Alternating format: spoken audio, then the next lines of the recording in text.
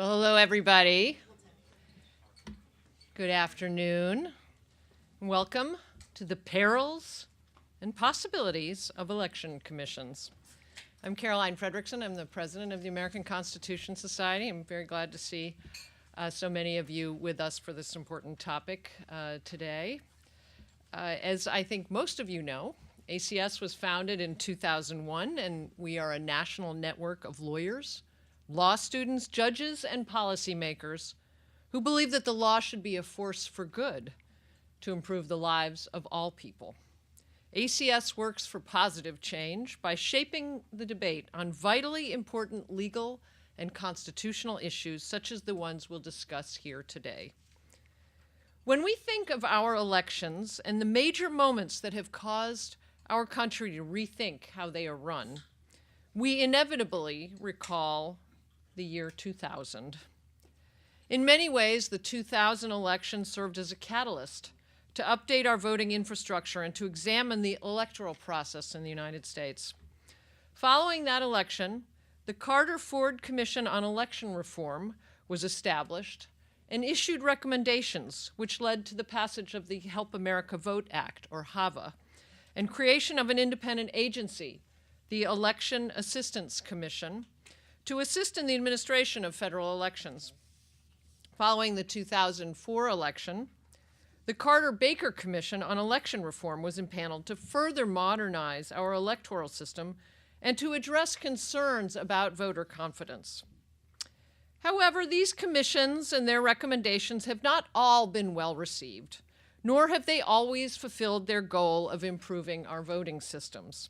Indeed, long lines, machine malfunctions, and accessibility issues continue to plague our election systems, leading President Obama in 2013 to establish the Presidential Commission on Election Administration, which two of today's panelists co-chaired.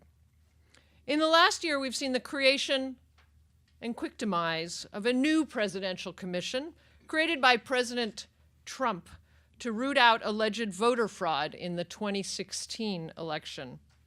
After much criticism and litigation, including a lawsuit filed by one of the commission members, President Trump disbanded his commission and, according to reports, is sending the commission's initial findings to DHS to continue probing allegations of electoral fraud. These developments present an opportunity to better understand how commissions are supposed to function and how they shape our collective experiences when voting. And as you can all see from our speaker bios in your packet, Julie Fernandez of the Open Society Foundations was slated to moderate for us today. However, due to a variety of factors, including the inclement weather and her furnace breaking down, Julie is unable to be with us. Filling in for her will be a wonderful substitute, Jenny Katzman, who has newly arrived at ACS as our Director of Policy and Program. So please join me in welcoming Jenny. Thank you, Caroline, and thank you, everybody, for being here with us today. This should be a really great panel. So I'm going to take it away and introduce everyone. First, to my left is Bob Bauer. Bob is a partner at Perkins Coie. He served as White House counsel to President Barack Obama and was the general counsel for both of Obama's presidential campaigns. As Caroline mentioned, he was also the co-chair of President Obama's Presidential Commission on Election Administration, or PCEA. We're going to use quite a few acronyms, so PCEA for that one. Next to him is Professor Atiba Ellis, who is a professor of law at West Virginia University. He is also a member of the U.S. Commission on Civil Rights, West Virginia State Advisory Committee. He is an expert on voting rights law and issues such as voter ID and the effects of Citizen United. Next to him is Ben Ginsberg, who is a partner at Jones Day. He served as the national counsel to the Bush-Cheney presidential campaigns in 2000 and 2004 and played a central role in the Florida recount. In 2012 and 2008, he served as national counsel to Romney for president. And he also served as the other co-chair of the PCEA. Finally, we have Natalie Tennant with us. She is the manager of state advocacy on the Brennan Center's Voting Rights and Elections Project. Natalie also served as West Virginia's 29th Secretary of State from 2009 to 2017, where she helped West Virginia emerge as a leader in election modernization by implementing online voter registration and helping West Virginia become the third state in the nation to pass automatic voter registration. Thank you all for being with us today. One quick note before we begin. Bob and Ben, as we were reminiscing before, about 2 years ago, almost to this day, we were also all involved in a panel on election commissions marking the 2-year anniversary of the PCEA. If everybody remembers, 2 years ago, DC got about 2 feet of snow.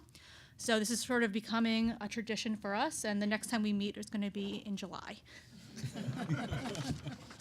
All right, to get started, Bob, as a close confidant of President Obama and also as the co-chair of the PCEA, can you help us understand why President Obama established it and what was his goal and why a commission to do it?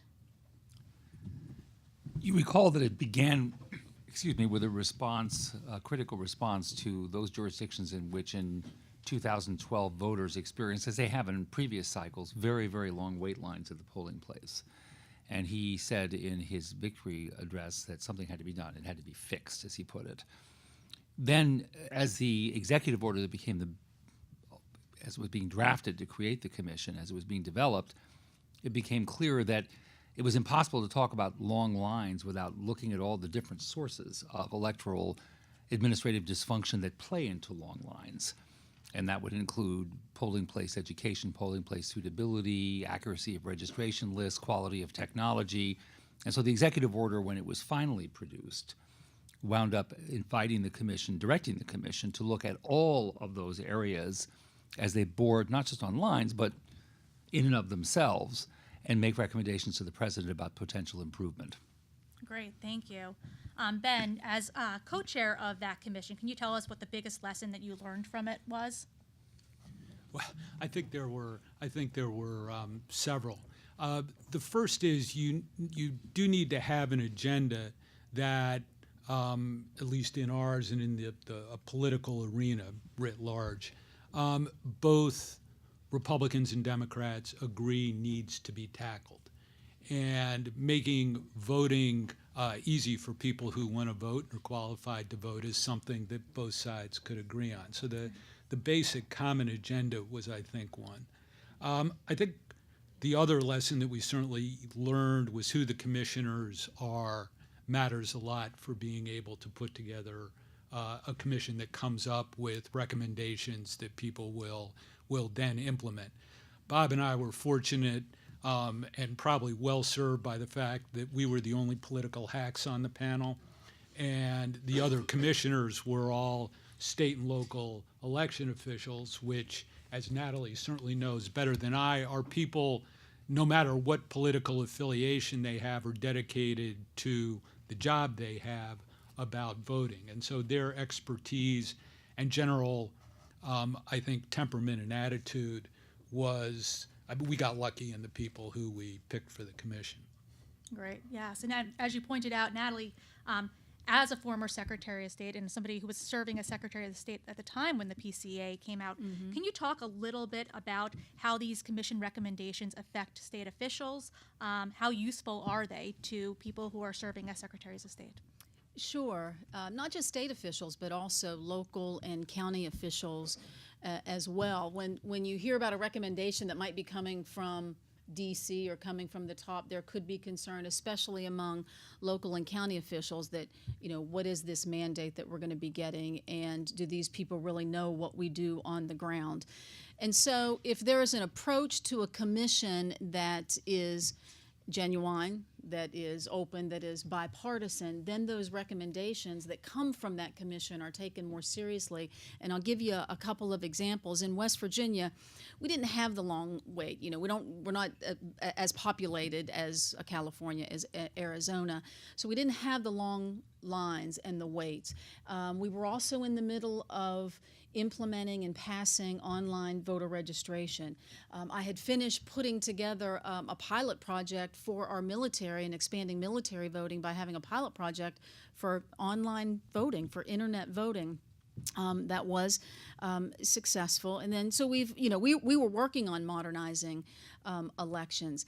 At the same time, when you look at what the PCEA came out with, we took these recommendations to heart. We used them to bolster the work that we were doing and follow the best practices and the resources that were offered. And so that was an important part of receiving these recommendations from the PCEA. I'll let you know about another story in California. Then State Senator Alex Padilla, sound familiar? Now Secretary of State, Alex Padilla in California.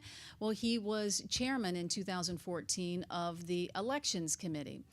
And what he did, he took very seriously as the chairman of the Elections Committee, and the two chairmen may remember that he brought someone from the commission, and I don't know who it was specifically, I don't even know if it could have been one of you two, but they came and they discussed the recommendations and used this as an opportunity to really go through what they were and then the possible action items. And he viewed it as a platform to raise the discussions. Likewise, California was working already on audits and on paper trails as well. He realized that additional funding was needed. It didn't come in 2014, didn't come in 15 or 16, and they may be getting some funding, though, toward elections in the new budget in California. So you see how different states could use the recommendations from a commission and how they approach it. And I think, even as you begin a commission, go back to the county, local, and state election officials and hear from them first instead of expecting us to receive it on this end. Also hear what is happening on the ground as you approach what goals and strategy they are for a commission. Great, thank you. That's very helpful. One of the things we've already sort of spoken about that that Bob and Ben reference, and I think also plays into how well these commissions are received on the state and local level, is having some sort of common agenda when you're working on a commission. And we've seen various different forms of this on the commission since 2000, where they seem to be debating not just the solutions, but also differing, maybe even along partisan lines about goals and even facts. Professor Ellis, what role can or should presidential commissions play in developing solutions if policymakers and the public can't agree on the facts before they create this commission? Well, it's hard to create a solution when you're debating the facts. It seems to stymie the ability to let commissions, and I think what we've alluded to in thinking about the commissions that have existed from 2000 on to now is that there is some level of agreement about either the concerns that need to be addressed, whether it's sort of the issues that led to things like voter ID, is sort of concern about election security and creating best policies, or seeing lines that were extreme in some jurisdictions and wanting to solve them. I think that either thinking about, the agreement on the issues, even if there's a partisan divide about how these issues should be addressed. Certainly Carter Baker had a notable dissent from Spencer Overton about the value of the solutions, not necessarily, but the point is the concerns were shared, even if the approach to solving the problems differed. But if you step back and sort of say, well, does the concern exist or not? That's a hard starting place. I think the broader theme here is that presidential commissions, whether created by the president or created with the imprimatur of current or former presidents, have an opportunity to lead in terms of exploring what the concerns are about our electoral process. And given that opportunity to lead, if it's difficult to agree on the facts out of the box, the ends will become far more difficult to accomplish. And I think to just throw this issue out then, in all that I've said, that implies an issue of credibility of the work of the commission, because at the end of the day, presidential commissions can lead, they can make recommendations, but as Natalie pointed out, it's states and localities that implement the recommendations and that carry out the work, because the fact of the matter is, in the United States, the administration of elections is, primarily a state matter. And so, given all these concerns, leadership is the possibility. Setting the terms of the debate and clarifying those terms is what a commission can do best. But when the debate is about the debate, so to speak, then it becomes far more difficult for this goal, and the ultimate end of making voting easy is hard to pull off. Right. That makes a lot of sense. And I think something that goes hand in hand with that is the issue of transparency. So how transparent should commissions be? Ben, I know this is an issue that that you've pondered quite a bit, and there's obviously certain federal rules such as FACA that come into play. But how do those sort of rules and how does the issue of transparency help or hurt a commission? Ben? Or anybody else can just jump in if you have feelings about it. Yeah.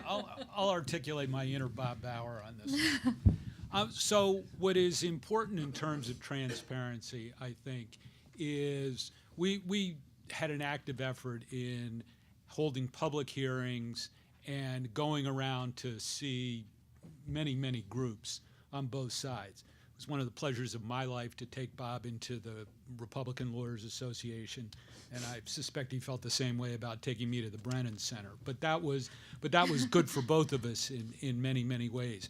So the transparency of the commission wanting to learn from groups involved and from administrators and from academicians in that sense was very, I think, important to this. The other side of this, in which you asked about FACA, is an issue we could probably debate for a long time. The notion that you're going to have a commission with diverse views on it, not be able to have candid exchanges in which are kept private, to be able to, the way good policy is made is for people with different views to not be afraid to test positions, the result of a Twitter storm coming their way.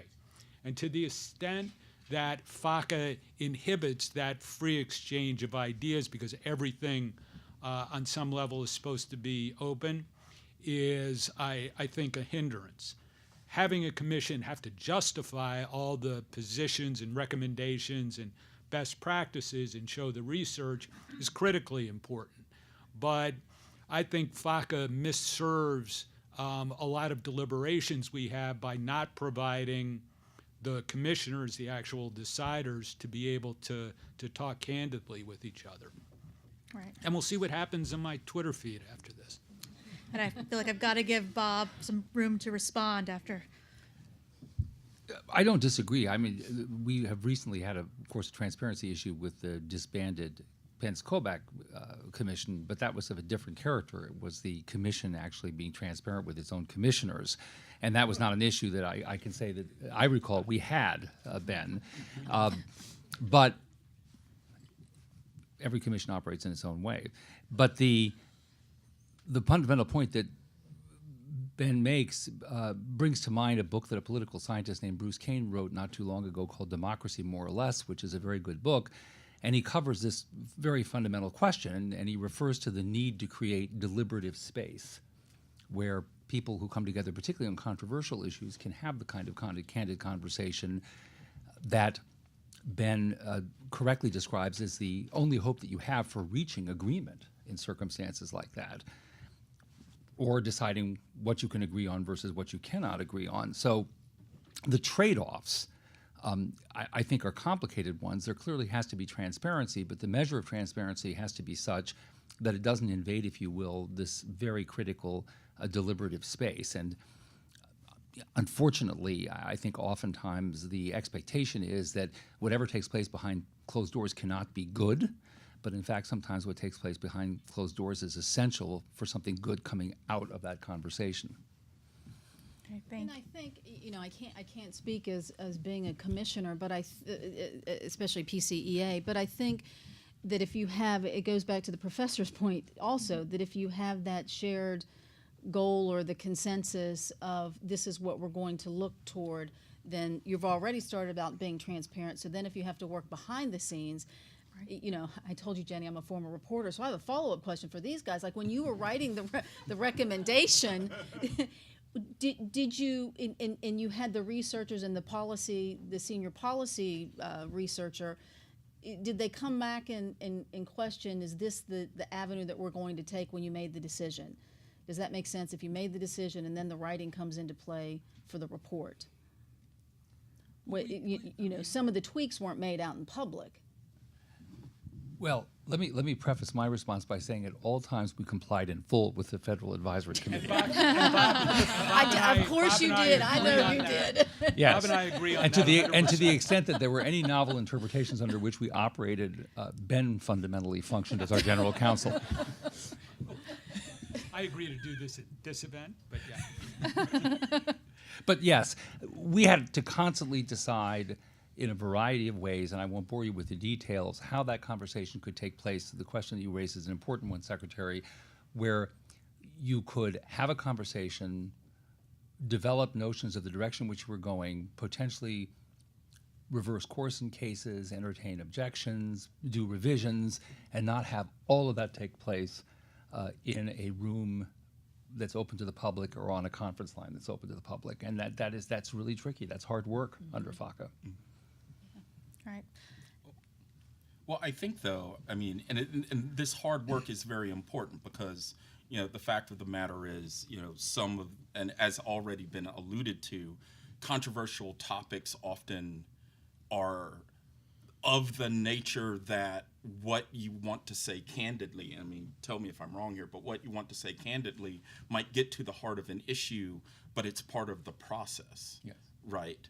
But I think the linkage here is the deliberation coming up, leading to a product, then is conscious, making an effort to insert this into a broader kind of deliberative democratic process.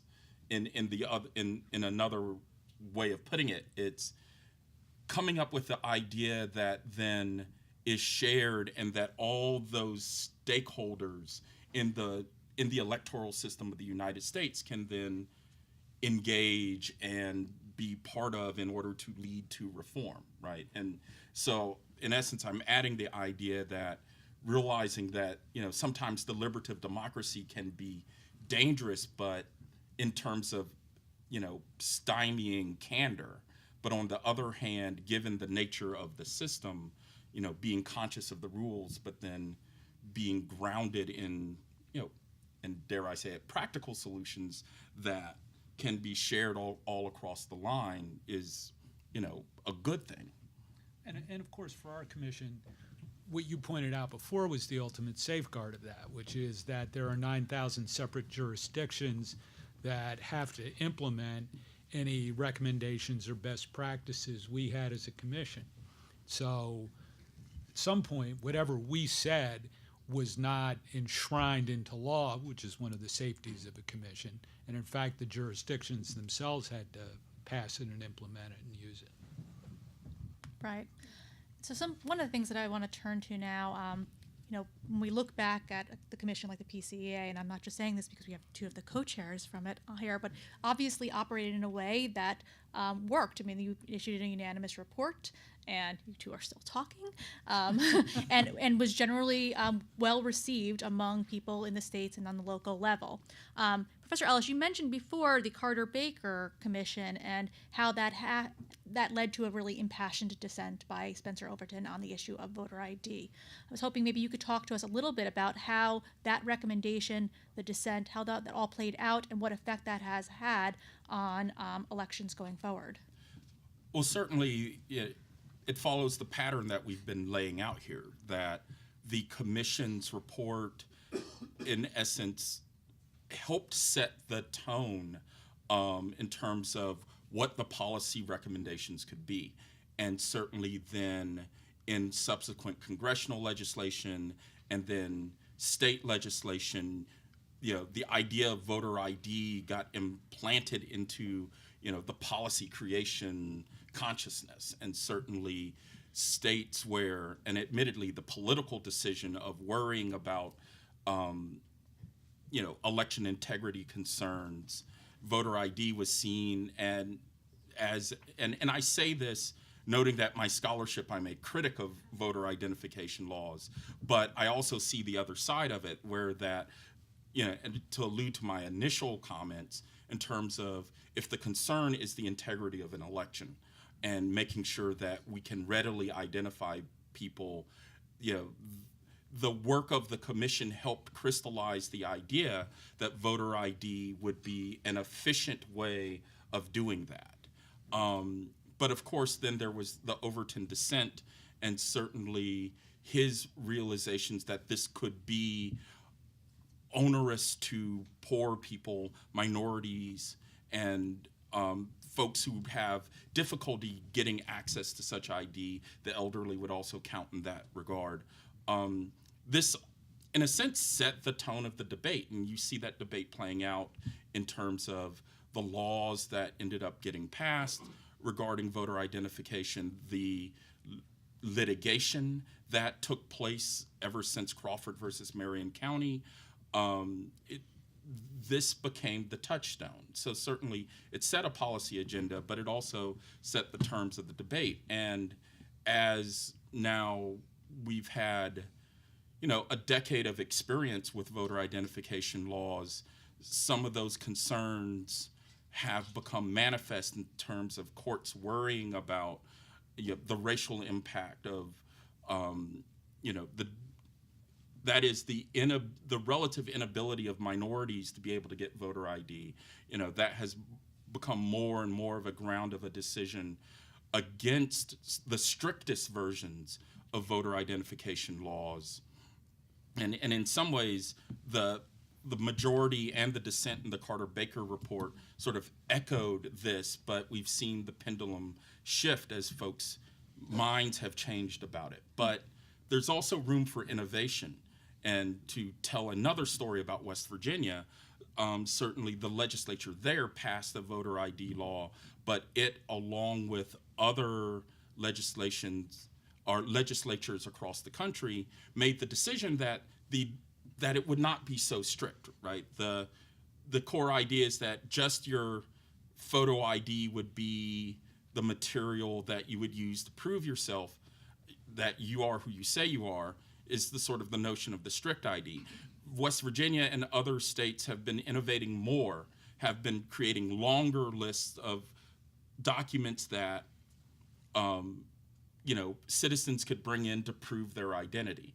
And given that innovation and coupling it with automatic voter registration, there has been a middle ground found. So I would add that observation that the Carter-Baker report helped set the terms of the debate, but then the experience of election officers who want to make things more inclusive in terms of voting has come to bear as well.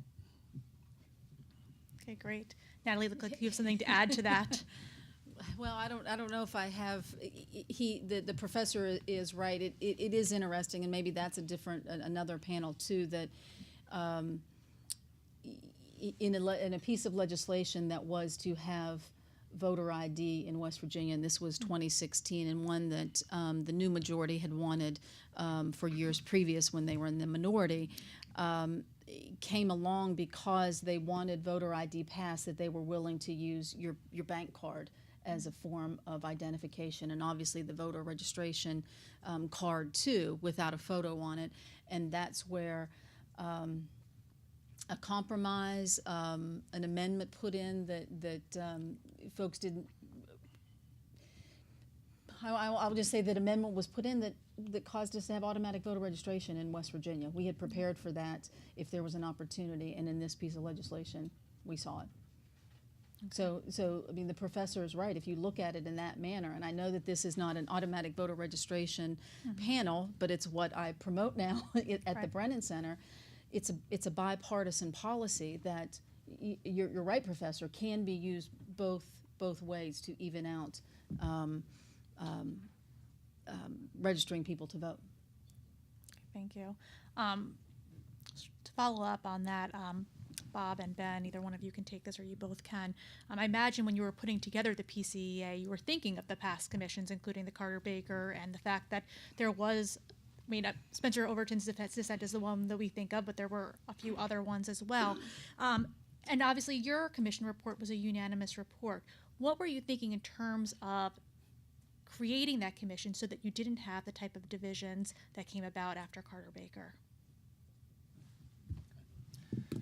Ben mentioned one thing, it can never be emphasized enough. You have to be fortunate in the choice of your fellow commissioners, and President Obama chose a bipartisan group characterized by diversity of experience but professionalism, expertise, which included, famously, from our point of view, the vice president of the Disney Corporation in charge of theme parks, because nobody knew better the management of lines. And as a matter of fact, we ended up taking, and I mean this quite seriously, a field trip to Disney World, and we saw how line management was done.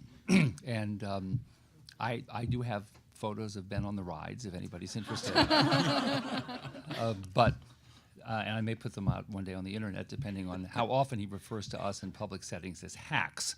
In any event, the quality of the commissioners makes an enormous difference. The other question that we had to address early on, and Ben certainly will remember this well and will have his own views on how this worked, is we decided that our role was not, and in fact the executive order was clear on this point, not to make recommendations about changes in federal law, that we were looking to, first of all, identify issues in election administration and also capture best practices and provide support that did not require legislative change. So we were not going to get into an argument about what a model voter ID statute would look like or which voter ID statutes already enacted in the states were or were not in some way odious in their design. And that was very helpful. And I'll just close this piece and turn it back to Ben. There was some question of whether or not we, quote, dodged, close quote, the voter ID issue. And I don't agree that we did. I think that the executive order was designed, as I said, not to have us focus on legislative controversies of that nature. But we did produce a report that I think reflected an understanding that there are legitimate concerns with both access and security. We made some judgments there about ways in which we think you can reconcile in the design of statutes and the administration of statutes those two objectives. And my overall view of this is that commissions like this, if they you close to the facts and if they're responsible in dealing with the issues about which they do make recommendations, move us slowly but surely, and it won't be immediate, on a road where there'll be more agreement visible around even issues as contentious as voter ID at some point than we have today. You have to build toward that point. And you build toward that point by carefully defining what you're doing and then going about trying to make progress with, again, a focus on those concerns in every way that you possibly can. Yeah, I agree with that. A couple of things. One thing that Bob and I had in common in going into this was that we'd both done a lot of recounts. And if you've done recounts, you see the warts of the election administration system in very vivid ways. And you don't always deal with them in the recounts, but you really see them. And so I think we agreed, I know we agreed from the beginning, that there were a number of things that were fixable within the ambit of this report that were clearly broken.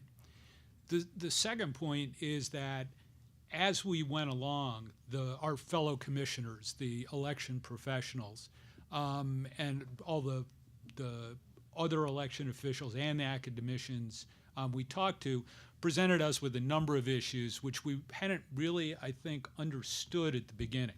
The problem with voting machines was one.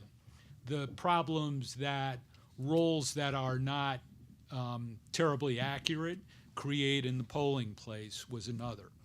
Some solutions for long lines, which are really sort of administration best practices, not doing it the way it's always been done, but like changing things up for changing populations within your jurisdictions, were all important parts of it. So part of what has to happen in putting together a commission, I think, is getting people who know the area really well and are willing to sort of challenge what needs to be done in the way that it can be done. Yeah. So I think what we're talking about a lot of is consensus building, dealing with issues in which we can reach a consensus, and where we can all together go to hear from election commissions or election officials and hear and agree on a set of facts. I'm interested, this was 2013. We just had another election commission that we mentioned that recently disbanded just a few weeks ago, actually. And not that much time has passed. We're talking a matter of a few years. This is a question for, I think, everybody on the panel. Does this sort of inherently political nature of what's happening today make the creation of an election commission almost impossible? None of us want to jump at this immediately. Well, Why don't you start? I mean, Yeah, go ahead. yeah, go ahead. Oh. I mean, Okay, whichever. no, I don't think it makes it impossible. I think there are issues that people across the spectrum in this area would recognize as issues. Cybersecurity is one of them. Bipartisan universal agreement on that. The fact that the whole machine situation and how they're about to lose their shelf life and are not really being replaced has been a slow and incremental process that could use a boost at those points. So I think there are major underlying issues like that that can always that should be the source of future commissions. Right. I mean, we don't want there to be a loss of confidence in our democracy. And so having this ability to have fresh ideas and the back and forth, whether it is to address foreign interference or increasing registration with automatic voter registration. I mean, these have to continue to be talked about. I was going to say we, but secretaries of state do that at the National Association of Secretaries of State. And so there's that opportunity. But a commission like this puts it on a broader field, or puts it in more of a spotlight where people see what secretaries are doing. And I think that you have a commission like this, and for the next commission, and I personally hope that there are more commissions, and we certainly can see the lessons learned from even going back to Ford Carter, Carter Baker, PCEA, and the lessons learned from the PK Commission also, that you approach a commission with genuineness. I've heard that a lot from my former colleagues, that if there's an openness, a genuineness approach, and that's a lesson learned that perhaps we could learn from the PK Commission, in that you can't come with any preconceived designs of solutions or preconceived problems and then this pre-designed solutions for these predetermined problems. And I think that it's an easy comparison, because you're right, PCEA is relatively new in our minds, and you can look and see that there was no real lightning rod of publicity of people questioning any of the commissioners or questioning any of the action. And so this is where I believe that the commissions are important, that we focus on facts, that we agree on the facts, that we agree on what we can or how we're going to find an outcome to it. And so I'm hopeful that we have more commissions, just because we need the public debate. Mm-hmm. Well, I think I agree with what my fellow panelists have said to this question, and I would frame it this way. I think that the peril of an election commission that realizes that it is in this hyper-partisan era is if that commission is perceived as a tool of hyper-partisanship. In essence, as the Secretary pointed out, if there is a concern that the motive is about pushing forward an agenda with the question that it already knows what the answer is, then its credibility is going to get questioned from the get-go. And I think that's a lesson of the Pence-Kobach Commission, is that that motive questioning which you saw from a wide range of secretaries of state, a number of which was partisan motivated, a number of which was based on security of the data, and very few secretaries being willing to engage in the data mining project that was proposed there.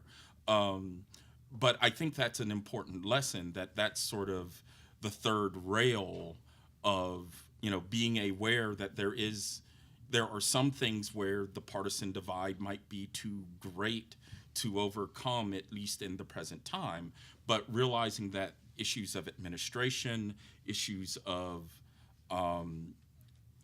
the approaches that one can take to run a more efficient, secure, and accessible election structure are things where, there is wide partisan agreement, even if only on the premise. So, I would join in and say it is possible, but I think we now realize that there's a certain level of issues that are so embedded in the partisan debate that it becomes unwise to choose those as your starting point. I agree with all of that. I think there may be one little bit of difference of emphasis here, which is in a period of distrust of institutions, of significant distrust of institutions, and as the professor said, profound polarization, election commissions is a way of invigorating the role of civil society and community leadership in these discussions, I think serve an enormously important purpose. And for that reason, I think having commissions, you can't have one every 3 months, obviously, but I mean, having commissions periodically that take on even contentious issues sensibly and carefully and remove them from the contested space in which normal politics takes place can be extraordinarily valuable. We've talked a lot in this town in recent years about norms and what happens back to the last 18 months certainly, but before then about norms and the importance of norms in the way institutions function. And I don't know whether you would refer to a norm in the organization or composition or operation of an election commission. I think that might be stretching it a bit. But I think one of the dangers of the experience with Pence-Kobach, it was set up under circumstances which I think is really inconsistent with the expectations that we ought to have, regardless of what happened thereafter, with the establishment of a commission like this. It was set up in the control or the co-chairmanship, if you will, of the Vice President of the United States, whose president had already prejudged the question of illegal voting and said millions of people had voted illegally for his opponent in the previous election. And it was not, in fact, even though there was some Democratic membership on the commission, it was not at the outset a commission that was set up to address concerns about a potential imbalance in the viewpoint on the commission. And I think everything that happened thereafter, of course, added to concern that it wasn't operating the way a commission should operate. And I think that's regrettable because to the extent that we do see it as an attack on a sort of understanding, if not a norm, about how commissions will be set up, it undermines them in their utility to do the sorts of things that I think institutions like this can do, and which become extremely important, as I said, during a period of intense polarization and distrust of normal governing institutions. So I would like to see commissions, and I'd like to see them take on tough issues, but I think the lesson to be learned from this last experience is that's not the way you can go about it. Yeah, I think that's a great point by all of you. You all listed a number of things that I suppose that if you were to have a commission right now, you would be looking at things like cybersecurity, the machines that are malfunctioning and far too old, and automatic voter registration. If not an election commission to work on generating solutions to these issues, what type of institution are we talking about? Congress or some other body that is perhaps more apt to handle these issues right now? Well, I'll go back to the Secretaries of State, the National Association of Secretaries of State, and it's not just election that secretaries handle, businesses and licensing notaries, and there have been task force developed within NAS and white papers written. So those are opportunities to be able to address perhaps a specific issue and bring in stakeholders within those task force. I'll tell you, in absence of what might have been able to be used in the lessons learned from the PK Commission with the cybersecurity, you now have, and it was a somewhat contentious relationship development with the Department of Homeland Security and Secretaries of State in August of 2016 when the first call was made and conference call was made from DHS to Secretaries of State. But now it's almost like a reset, and they have developed the Government Coordinating Council for the Election Infrastructure Subsector. DHS, EAC, NAS, and state and local election officials are having an ongoing relationship to keep the nation's election system secure. So that's the charge of that. So there's another avenue that can look at the cybersecurity aspect. I'll tout the work of my Brennan Center colleagues in addressing the foreign interference. Back in July, they released, Larry Norden and Ian released a report about what can be done to focus on election interference or foreign interference in elections. And a lot of those proposed solutions are in that too. So there are folks who can come up with the solutions, who can come together in a bipartisan or nonpartisan fashion that would offer ideas and solutions. Okay, great. Do any of you have any thoughts on what role Congress should play in this, whether or not in sort of leading on these issues or in responding to commission reports? The electoral infrastructure in this country is dramatically underfunded.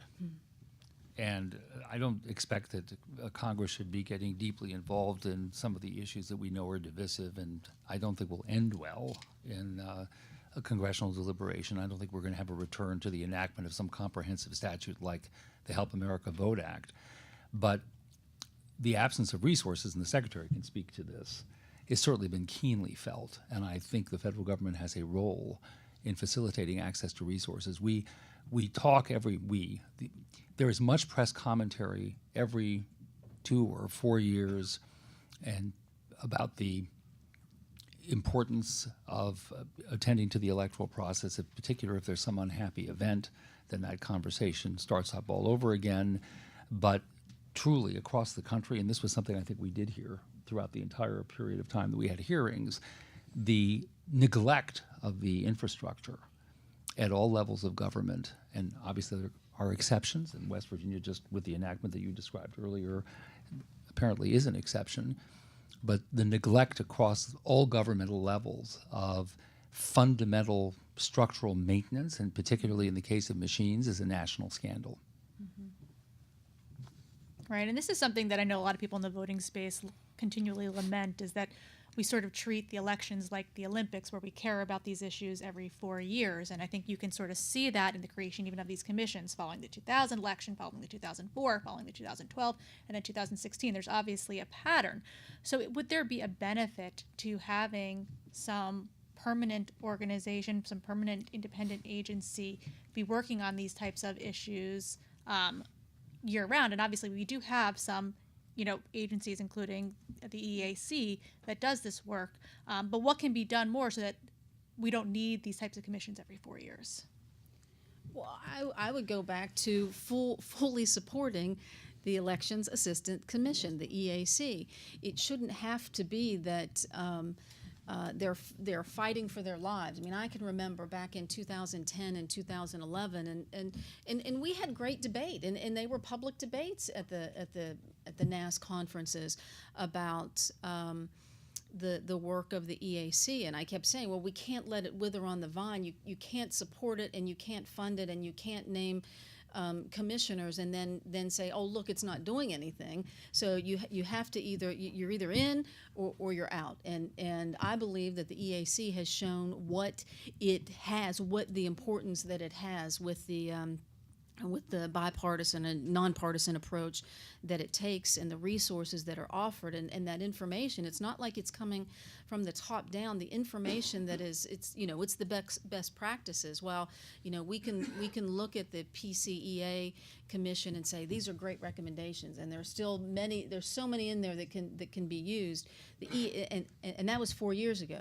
The EAC does it day in and day out and offers that information. And so I think that wholeheartedly support that, and now more than ever. I mean, what is this, January? Back in February, a year ago, I can remember writing an op-ed for our local paper in Charleston, West Virginia, about why the EAC was so important and what it meant to West Virginians, to everyday West Virginians. And thankfully, I don't know. I'll defer to my DC colleagues to tell me if we're going to get another piece of legislation that says defund the EAC. So that's my pitch for the EAC, and keeping it strong and funding it, and making sure that there is a full list of commissioners on it. Thank you. And as a former Secretary of State, do you feel that the commissions and/or the EAC have been responsive to the needs of your election officials on the local level? Yes, I can say that about the EAC, because it is, as I said, day in and day out. You're working with election officials, and the advisory board is made up of local election officials too. There's a county clerk that's from West Virginia that's on the one of the boards. I think it's the advisory board. And so yes, you're hearing from people who were on the ground conducting these elections. Okay, great. Do any of you others have anything to add to the whole issue of this being sort of an issue that we come up with every 4 years, and how to sort of avoid having that happen? I think each election is different, so you may well have more and different issues that arise from an election. Right. So they may well come up and continue to come up. Right. I mean, the EAC in a lot of ways is an example of what we've been talking about the agendas that take on. When the EAC started, it became the Pence-Kobach of its time from a Republican point of view. And it's never recovered from that in terms of sort of the position it plays in the universe of election administrations. It went very political, very hard after a partisan agenda. And so it's suffered for the past decade, no matter the very good work it's doing now, and the fact it really does play a key role in setting the standards by which new machines can be developed and come onto the market. But by having too hard-edged partisan agenda in the beginning, it has never recovered as the organization you wish it were. I would. Go ahead. You go ahead, and then I'll follow up. Well, I was going to actually steer it in a slightly different direction, because I was thinking about Congress as the place where the hard-nosed partisan considerations around elections sort of needs to happen. I think it's really important that the EAC, meet its potential in terms of both being resourced and being the sort of agenda, policy agenda-driven organization that we hope, instead of the sort of I misspoke there. Solving problems rather than focusing on politics and being the next or the prior Pence-Kobach, right? We want bipartisanship, and I mean, this seems to me to be the lesson of the panel, right? We want bipartisanship. We want to make elections efficient and effective and secure and reliable, and focusing on those issues seems to be the middle path. And ever since the prior question about what can Congress do, I've been sitting here thinking about, well, there are some, divisive and political concerns that help define what the election system is about, namely the Voting Rights Act. And I was thinking, well, I need to mention that, because this also shapes how elections happen. And one only has to look at the litigation around race and voting from the last election cycle to see how much of an influence that has. Now, without taking a position either way, the Voting Rights Act right now is sort of, from one point of view, half a loaf. From the other point of view, maybe it needs to go away, but that debate needs to happen. And so I think the answer to the prior question is that our elected officials need to have that conversation about the Voting Rights Act and the other things that can only be done by statute. As to the things where there is leadership more broadly and addressing the broader constituencies around elections as they work now, there is a role for the EAC, there's a role for commissions, there's a role for the larger conversation. And so I simply pause to say we need to have a conversation that, parts of the conversation need to happen in order to, see where our election system is going, and that Congress isn't having that conversation now. So that's my segue, but I think that's a distraction from the prior issue about election commission or the EAC in particular. So unless you want to go back to that, but I'm not the moderator. No, I think sort of taking this back actually to looking at the commissions that we sort of mentioned from the beginning, the Carter-Ford, the Carter-Baker, the PCEA, and then the Pence-Kobach. We're obviously, just coming off Pence-Kobach, so we're thinking about that a lot now, but obviously they didn't even issue findings. But so let's look at the other three, and what impact have those findings had on our electoral process? Have they made our processes more fair, more transparent, and more efficient? Bob, do you want to take that one? I've never studied the question in any depth, so I don't think I'd have a very reliable or informed answer to give you. I know only sort of what I think has happened in the aftermath of the commission that I served on. Mm-hmm. And I thought, but I'll let the secretary speak to this, and somebody who has direct experience with what we tried to do, that there was an important element, and the commission itself can't take responsibility for this, others can take credit for it. There was a follow-on implementation effort that was exceedingly important and that was supported in the civil society by philanthropic institutions and think tank operations. John Fortier is here from the Bipartisan Policy Center. It played a critical role in bringing on expertise, including a former commissioner and a former Secretary of State, to help guide an ongoing conversation with election officials about the recommendations of the PCA, to mobilize members of the commission, Ben and myself included, in an effort to participate in that conversation, to work with state legislatures on programs like the institution of online voter registration, for example, that being one, to work with localities around the country on line management techniques with the help of experts who have done very significant data-driven work on that, like Charles Stewart at MIT. And that, it seems to me, was critically important because the publication of the report itself might be helpful, but beyond that, there has to be sort of an ongoing commitment to make something of what was written, to see it practically implemented in some way on the ground. And the Bipartisan Policy Center and some of the supporting institutions, like the Democracy Fund, Hewlett, others, played an indispensable role in seeing that it was not a commission that ended with the date of the publication of the report. I'd like to see all commissions produce work that can be developed out in that fashion. I think that's important, and I certainly would leave Ben and others to say, the Secretary to say how effective it has been, but there's definitely been an effort to be effective. Right, and to not just leave it at a report. Correct. Mm-hmm. Secretary Tennant?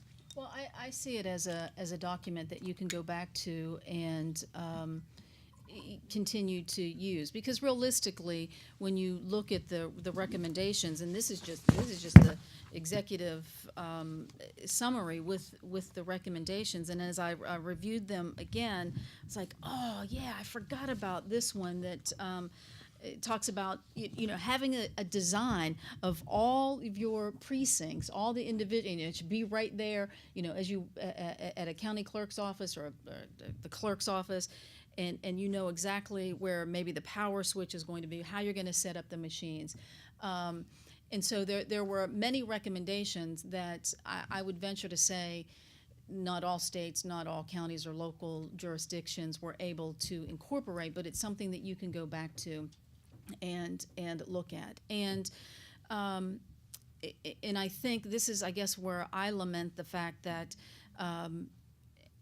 had there been a goal of inclusion about cybersecurity and the security within the PK Commission, that it would have been part of recommendations, because in West Virginia, I can speak for West Virginia, we would put out a calendar that, a poster on one side, it was all the deadlines that were needed to be met, the regulations and the deadlines that you have to have absentee ballots out by this point, or you have to notify the executive committee of their last day to choose a candidate, and it all goes down these dates, 12 days before this or 120 days before election, and a new entry into this is going to have to be, or is now, especially after the 2016 election. If I were still there, it would be but cybersecurity is an ongoing every day, as we protect databases every day. But there could be an entry that says, double check your firewall for this. Security becomes the same as this is your deadline for write-in ballots. This is your deadline for this, if that makes sense, if you understand that. And so I think that's what a commission recommendation could have offered, even more guidelines for the everyday things that are needed when it comes to security. So as somebody who's on the ground, then, how would you measure the successes or failures of a commission then?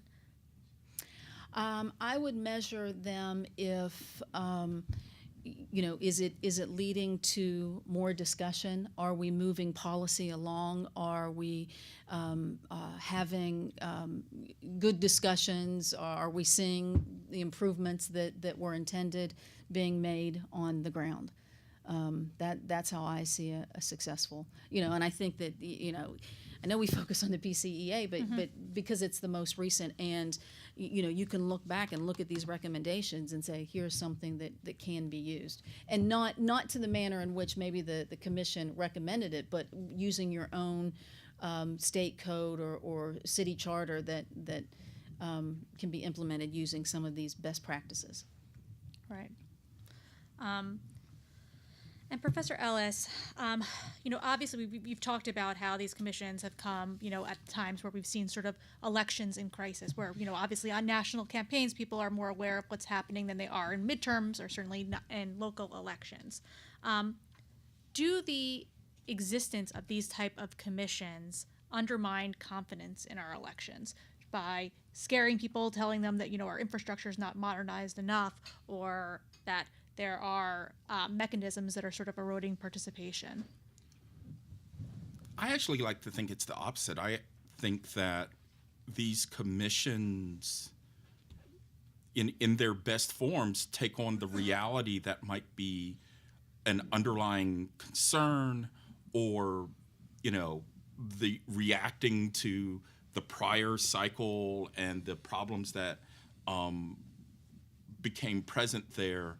But then the reaction is ultimately, here are answers to these problems, and here is how the ball gets moved forward in terms of addressing these concerns, sort of the access versus security debate, or in terms of the long lines and problems with administration, in terms of how voters interface with the system, or looking forward, hopefully some action about cybersecurity and foreign interference and these sorts of concerns. I think that the concerns in and of themselves raise, ire and fear about the integrity of the election process broadly.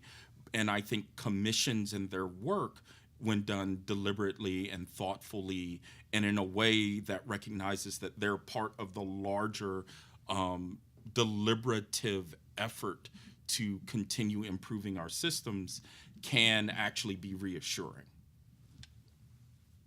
Great. And Bob and Ben, did you see that too? I know you guys, when you were doing the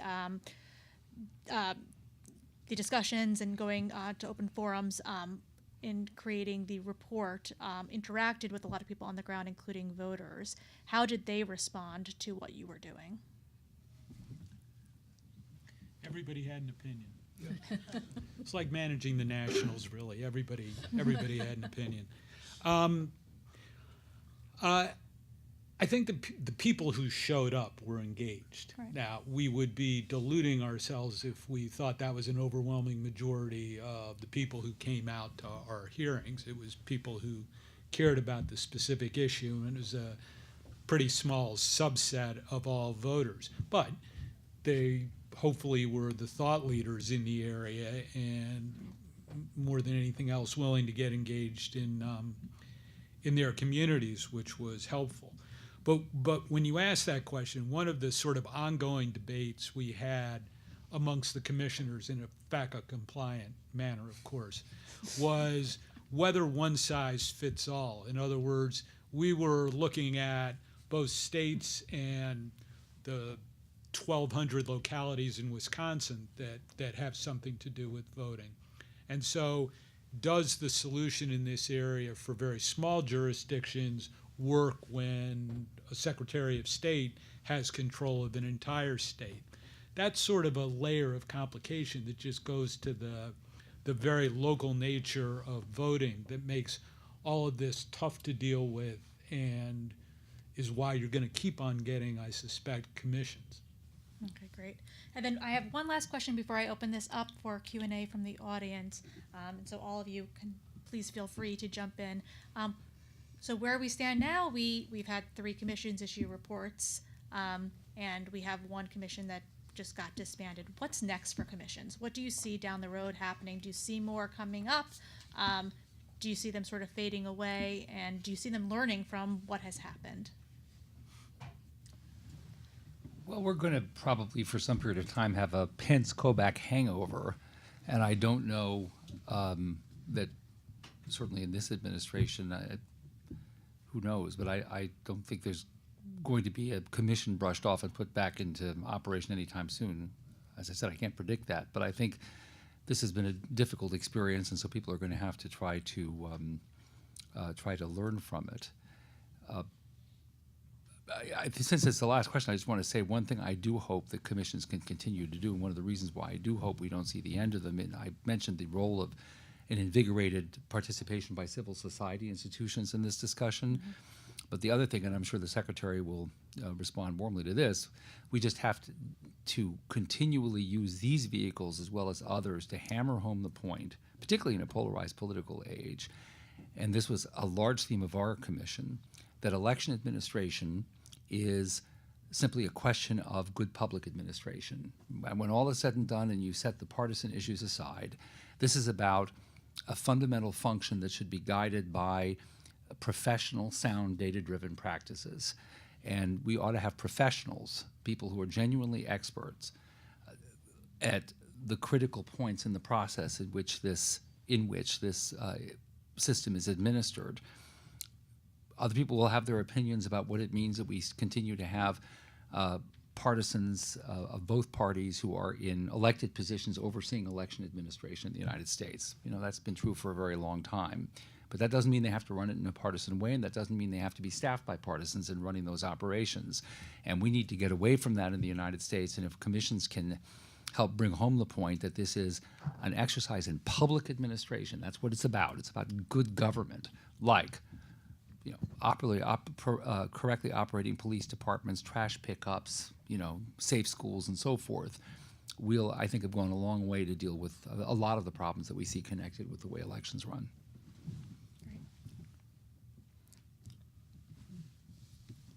You know, one of the things that occurs to me about all this, and just to pick up right where you left off, is, you know, the vision of having elected officials run key functions was, you know, in essence, ultimately accountability to the people. And in that sense, not, you know, the choice of whether an office should be elected or not is inherently a political question, but that sort of accountability to the people is, you know, this broader theme that I hear from your remarks and would agree with it wholeheartedly. I think election commissions, they can happen, they should happen.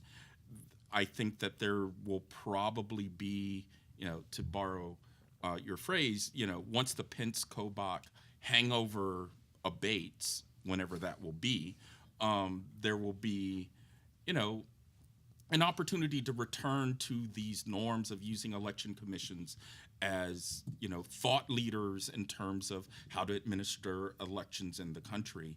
And so long as they have that theme of accountability to the people, to the voters, I think that they will, and they take that seriously, they'll continue to do good work. So the future is hard to foresee, but I think that in that world of good administration, they are a tool that can be used in the future.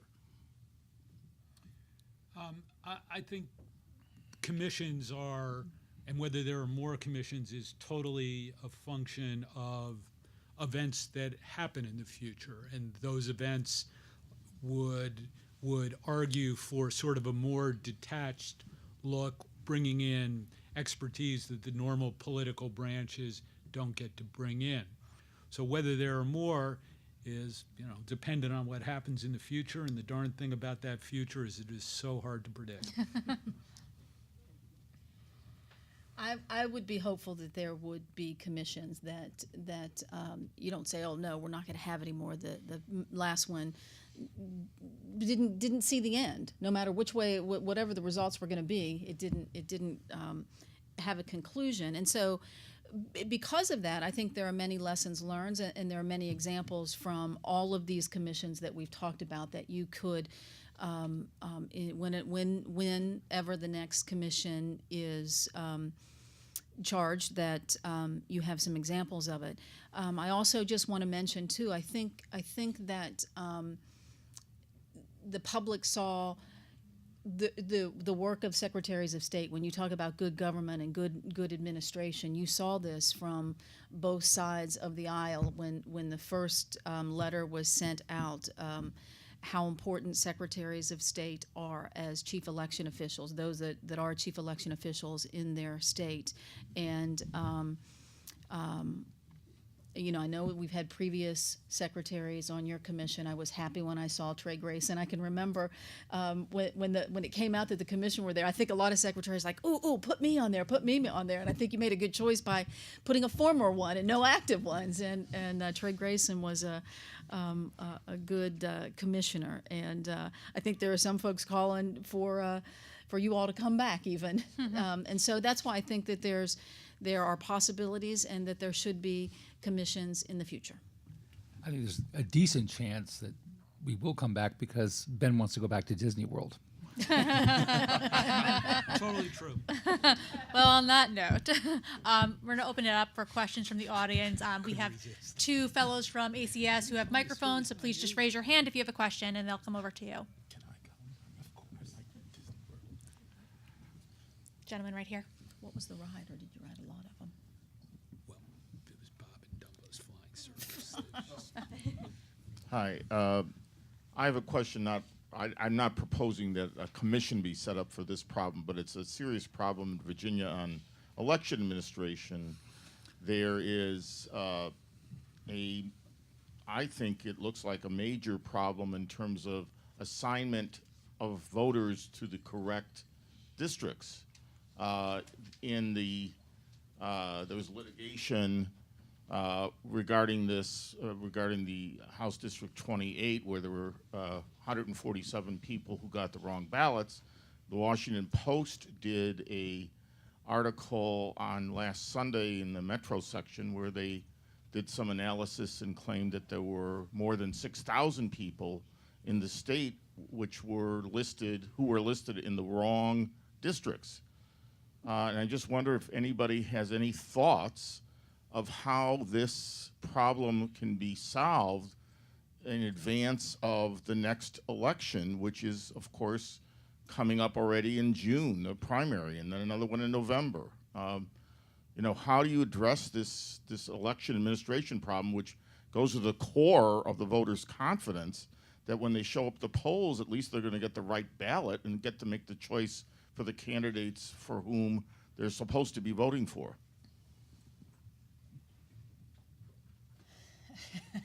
Well, I mean, again, this was a recount that pointed out the problem. So you don't know how many other places this might take place. Same thing might have happened. I mean, that's what I meant about recounts, like kicking open the hood and you see how dirty the engine is. Across 9,000 jurisdictions, you should not be surprised to know that the quality of individuals varies somewhat. And a number of the problems we saw were sort of administrator human errors that can be fixed. So there is kind of a chain of command that should take place in the state of Virginia for going back and auditing that issue, given that a problem was exposed. You don't know how widespread that problem is, though, because, again, it's the recounts that expose the flaws.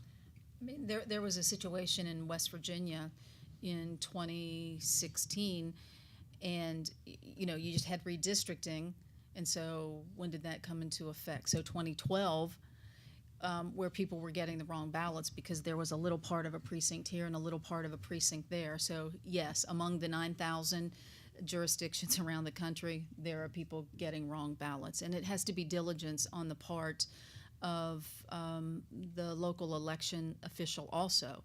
Now, do they have the resources to be able to stay with that and on top of that?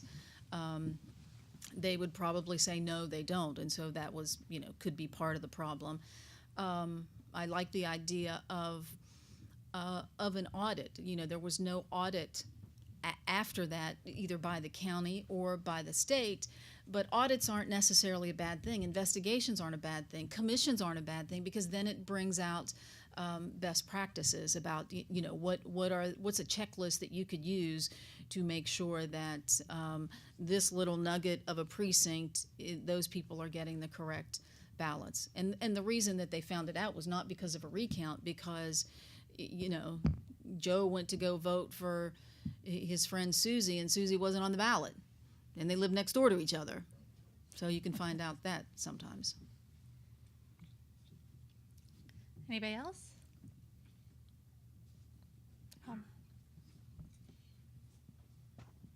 I'm a bit of a novice at this, but the Federal Election Commission, is that still active? Is that Yes. is Yes. that playing a role in the discussion?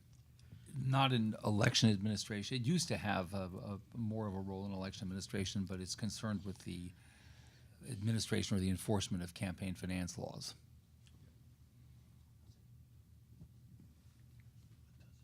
There's a lady right over here.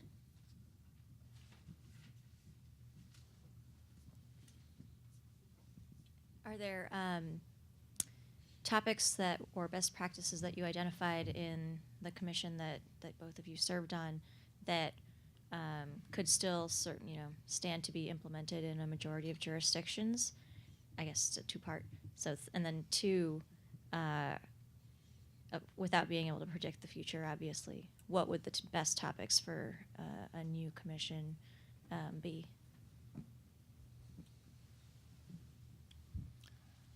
The answer to the first question is yes, there's still a fair amount of work to be done on recommendations, I mean, around the country in various jurisdictions. That is to say, we don't think that even the relatively non-controversial, not all of them, I'm not quite sure. I'll give you an example. Training of polling workers is not controversial. Do we have jurisdictions all with the best practices in recruiting and training polling officials? No. Another example would be suitable polling places. We came across one instance, I think it was in the Southwest Bend, where they just couldn't find a polling place, so they put it in what I think was a storage warehouse where the heat during the day exceeded like 110 degrees. That's not optimal for people who are trying to vote. So have we done as well as we might across the country, again, even on these non-controversial issues, in identifying good training programs and good programs for the identification of polling places? No. And I think there's also more work to do, for example, on issues like online registration and the adoption of good techniques for line management. On the second question you ask, that's a really good question to which I don't have the answer. I do think it would be helpful, and I don't know that this works as in a commission. I don't know, because I haven't given it a lot of thought. But what crossed my mind was the concern that I raised a few minutes ago, and that is, ideally, how should the structure of election administration enforcement in particular states work? What are the best institutional designs? What are the best administrative practices? I'd like to see Secretary Tenet on such a commission, the people who have done this kind of work before, so that we have a benchmark against which to evaluate how those who are responsible for administering elections do their jobs. We already have, as you know, there's been some work done on a so-called democracy index that's designed to spur improvement in administrative practices by ranking jurisdictions and the quality of their election administration. I wonder whether there could be best practices and structural recommendations that give the public real confidence that election officials are and states are accountable for the way that they're designing election administration institutions and seeing to their performance.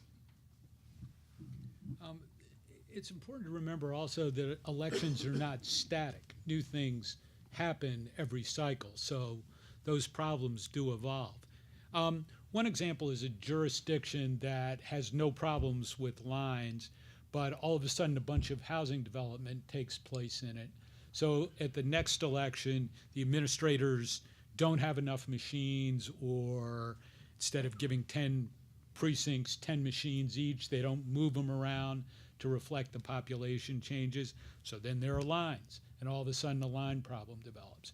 What I think we hope with our recommendations in best practices is that as those new problems crop up, there are sort of some golden oldies solutions from what we did in the commission that can be implemented. And I also think for the future, what future commissions would need to study really depends on what little mischief the voting gods come up with for the next few elections. Hopefully not a lot of mischief. Are there any other questions? I don't see any hands. Well, I want to again thank the panel. You guys were fabulous. Thank you so much for joining us, especially on a fairly wintry day. If everybody will thank them. Thanks. Thank you all for attending.